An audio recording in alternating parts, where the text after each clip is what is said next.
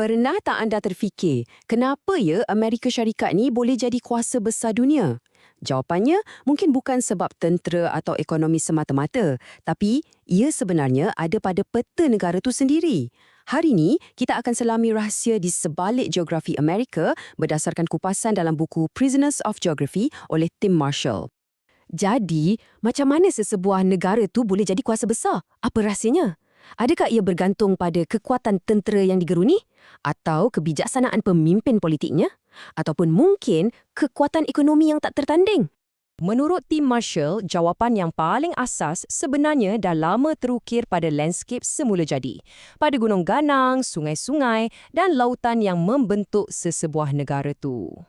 Inilah idea terasnya. Geografi bukan sekadar latar belakang cerita. Ia adalah pemacu utama yang membentuk sejarah dan, boleh dikatakan, takdir sesebuah bangsa. Okey, jom kita mulakan. Kita nak tengok macam mana Amerika Syarikat ni seolah-olah menang loteri geografi terbesar dalam sejarah. Cuba bayangkan Eropah. Ia macam sebuah bangunan apartmen yang besar, penuh dengan penyewa yang berbeza-beza dan setiap unit dipisahkan oleh dinding semula jadi, macam gunung dan sungai. Amerika Syarikat pula, ia lebih macam sebuah rumah banglo yang luas untuk satu keluarga. Geografinya menyatukan, bukan memisahkan.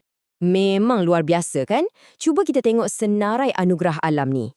Ada 2 lautan gergasi sebagai benteng pertahanan. Tanah pertanian yang subur cukup untuk bagi makan satu dunia. Dan sistem sungai yang berfungsi macam lebuh raya semula jadi. Gabungan semua ni bukan setakat cipta negara yang kaya, tapi sebuah kubu yang hampir mustahil untuk diceroboh. Tapi, jangan ingat semua ni datang bergolek macam tu je.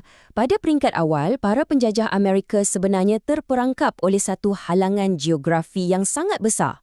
Di sebelah barat mereka, terbentang megah banjaran Appalachian.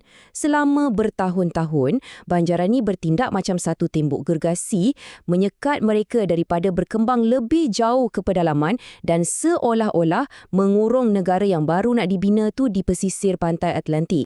Jadi, macam mana nak buka potensi sebenar benua ni? Mereka perlu cari jalan untuk melepasi halangan tu. Dan kuncinya terletak pada sebuah bandar yang sangat strategik. Thomas Jefferson, dia faham betul benda ni.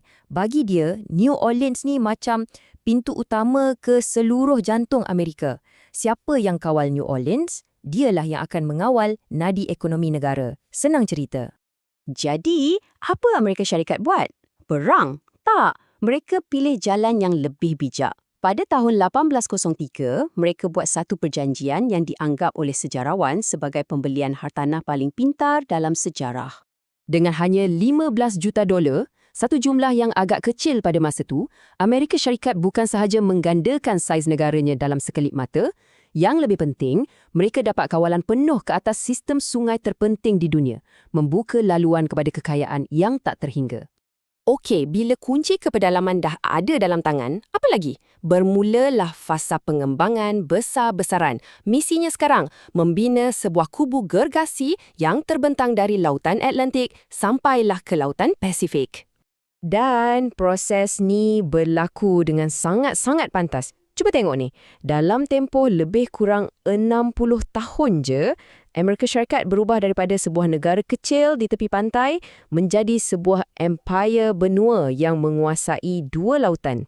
Pengembangan ni juga secara tak langsung membina zon penampan semula jadi yang hebat. Di utara ada kawasan Kanada yang luas tapi tak ramai orang. Di selatan pula gurun yang panas dan gersang. Mana-mana kuasa yang cuba menyerang melalui darat akan berdepan dengan mimpi ngeri logistik. Baik, bila kubu benua dah siap dan selamat, apa langkah seterusnya? Fokus Amerika kini beralih ke luar. Strateginya dah bertukar kepada mengawal pintu-pintu masuk ke kubu tersebut, iaitu laluan-laluan laut di sekelilingnya. Strategi Amerika ni sebenarnya boleh kita pecahkan kepada 3 langkah yang sangat logik. Pertama, satukan seluruh benua.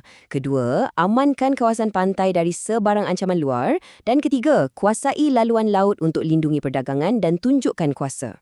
Dan mereka laksanakan strategi ni dengan beberapa tindakan yang pantas dan sangat strategik. Mereka ambil alih kawalan ke atas pintu-pintu masuk maritim yang penting macam Cuba, Hawaii dan yang paling kritikal terusan Panama. Dan falsafah di sebalik semua ni dirumuskan dengan sempurna oleh Theodore Roosevelt. Bercakaplah dengan lembut dan bawa sebatang kayu besar. Maksudnya, guna diplomasi dulu, tapi pastikan semua orang tahu yang anda ada kekuatan tentera untuk menyokong kata-kata anda. Dan kayu besar tu memang betul-betul ditunjukkan kepada dunia pada tahun 1907. Bayangkan, Great White Fleet berlayar mengelilingi dunia. Itu bukan sekadar pelayaran biasa. Ia adalah satu mesej yang jelas kepada semua. Amerika kini adalah kuasa tentera laut global yang perlu disedani. Semua langkah-langkah dalam sejarah ni telah membina satu asas yang sangat kukuh, dan asas geografi inilah yang terus menyokong kedudukan Amerika sebagai kuasa dominan dunia sampailah ke hari ini. Jadi, apa hasilnya? Inilah dia, sebuah gergasi ekonomi yang dibina atas tanah subur dan sistem pengangkutan yang efisien, sebuah kuasa tenaga yang mampu berdikari. Dan yang paling penting, sebuah kuasa tentera yang dilindungi oleh dua lautan yang membolehkannya menonjolkan kekuatan di seluruh dunia tanpa perlu risau tentang serangan di halaman sendiri. Tapi kan, dalam dunia canggih sekarang ni, dengan adanya drone, satelit, perang cyber, adakah gunung dan lautan ni semua masih penting? Walaupun teknologi mengubah cara kuasa digunakan, geografi asas tetap sama. Jadi persoalannya, adakah kelebihan geografi Amerika ni akan kekal selama-lamanya? Atau adakah teknologi akhirnya akan mengubah segalanya? Sesuatu untuk kita fikirkan bersama.